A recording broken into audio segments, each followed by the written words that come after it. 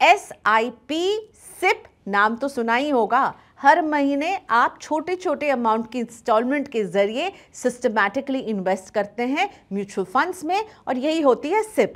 तो चलिए आज आपको एक नई तरह की सिप के बारे में बताने वाली हूं, जिसे आपको जानना इसलिए ज़रूरी है ताकि आप नुकसान से बच सकें, और ये है डिले सिप।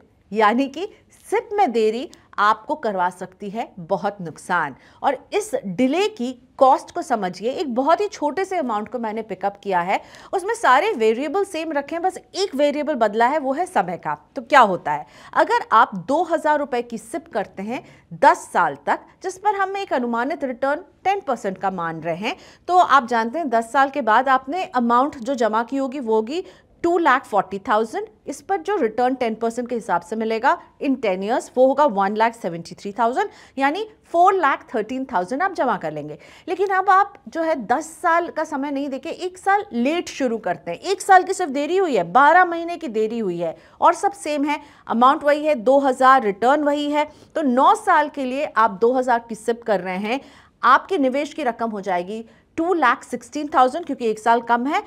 आपको रिटर्न मिलेगा 1,35,008 रुपीज का।